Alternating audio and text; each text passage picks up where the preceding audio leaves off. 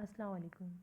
ये टॉपिक है पार्टनरशिप। हमारे पास डिफरेंट टॉपिक्स थे जो हमने डिस्कस किए थे पार्टनरशिप से रिलेटेड, जिसमें सबसे पहला इम्पॉर्टेंट टॉपिक था जो पार्टनरशिप फॉर्मेशन के नाम से था। दूसरा आपके पास प्रॉफिट एंड लॉस डिस्ट्रीब्यूशन था।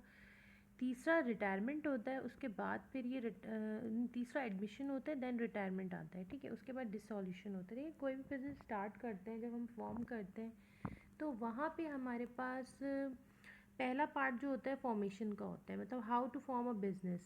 सेकंड, फिर ज़ाहिर है एक पीरियड के बाद जब फॉर्मेशन हो जाती है तो बिज़नेस का जो पर्पस होता है वो मैक्सिमाइजेशन ऑफ प्रॉफिट होता है।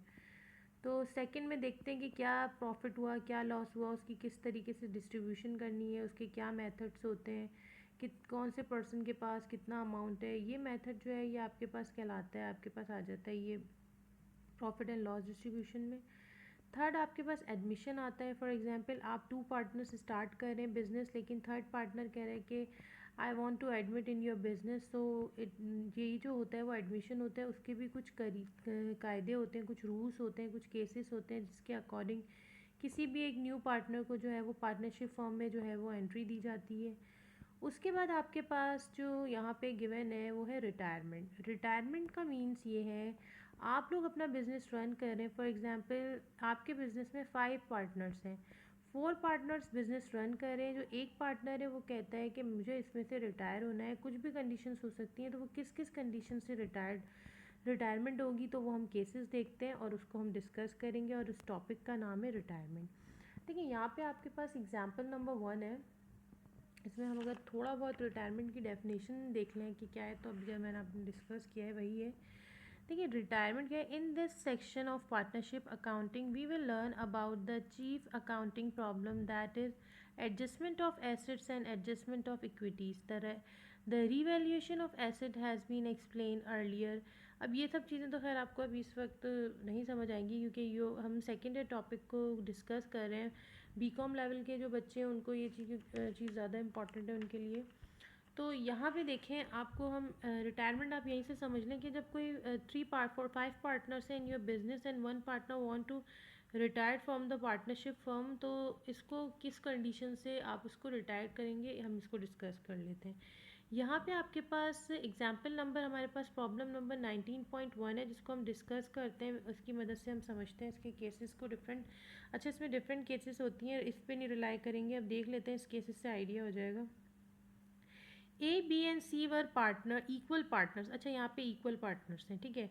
With capital balances of rupees, इनके कैपिटल बैलेंसेस दिए हुए हैं डिफरेंट, ठीक है। एक का आपके पास 1,44,000, 1,08,000 और 1,26,000 रिस्पेक्टिवली। का मतलब ये होता है जिसका नाम पहले, उसका अमाउंट पहले। फॉर एग्जांपल पहले ए है तो ए का अमाउंट 1,44,000 होगा। फिर बी का है तो बी का अमाउंट 1,08,000 होगा। इस तरीके से जिसका नाम पहले उसका अमाउंट पहले, इट्स कॉल्ड द रिस्पेक्टिवली, ठीक है। Mister a retired from the firm. अब 3 पार्टनर्स से मिस्टर ए जो है वो चाहते हैं कि मैं रिटायर हो जाऊँ पार्टनरशिप फर्म से, and remaining partners continue in business. Balance sheet before retirement of mister A was as under. अच्छा बाकी पार्टनर्स कह रहे हैं कि we will continue the business, but mister A want to retire from the partnership, ठीक है। वो partnership जो है उससे रिटायरमेंट चाह रहे हैं, रिटायर्ड होना चाह रहे हैं। तो उससे रिटायरमेंट से पहले जो बैलेंस शीट शो कर रही थी वो आपके पास ये सब तमाम चीज़ें शो कर रही थी। कैश जो है वो 35,000, अकाउंट्स पेएबल आपके पास 22,000, अदर एसेट जो है वो 3,65,000, जो समथिंग जो तमाम बता रहे हैं, ठीक है। कुछ रिक्वायरमेंट्स होती हैं। अब रिक्वायरमेंट कह रहे हैं किन किन कंडीशन से वो रिटायर्ड हो रहे हैं। Give entries in journal to show the retirement and prepare balance after retirement of A under each of the following assumption consider independently। अब ये जो 3 है ना, ये 3 केसेस हैं। 3 केसेस को इंडिविजुअली लेंगे हम, किस तरीके से इसको सॉल्व करना है, हमें किस तरीके से इन्होंने दिया हुआ है, ठीक है। ये चीज़ हम देखेंगे यहाँ पे। सबसे पहले देखें यहाँ पे पहला हम केस अगर देखते हैं तो क्या है हमारे पास। A sell his entire interest to B. A जो है वो अपना पूरा का पूरा जो इंटरेस्ट है वो किसको सेल आउट कर रहा है, बी को।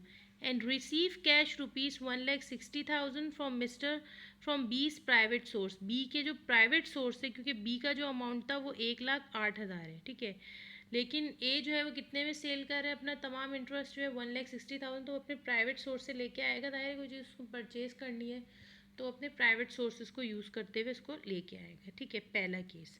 अभी हम इंडिविजुअली केस को डिस्कस करते हैं। अब देखिए इसमें क्या कह रहे हैं, in all the above cases only transfer entries for capital is required because payment is made from the private sources and nothing is paid from the firm sources। अच्छा, यहाँ पे इतनी ज़्यादा कंपटीशन इसलिए नहीं हो रही क्योंकि प्राइवेट सोर्स से लेके आ रहे हैं। जब प्राइवेट सोर्स से लेके आते हैं तो जाहिर है जब घर से चीज़ लाई जाती है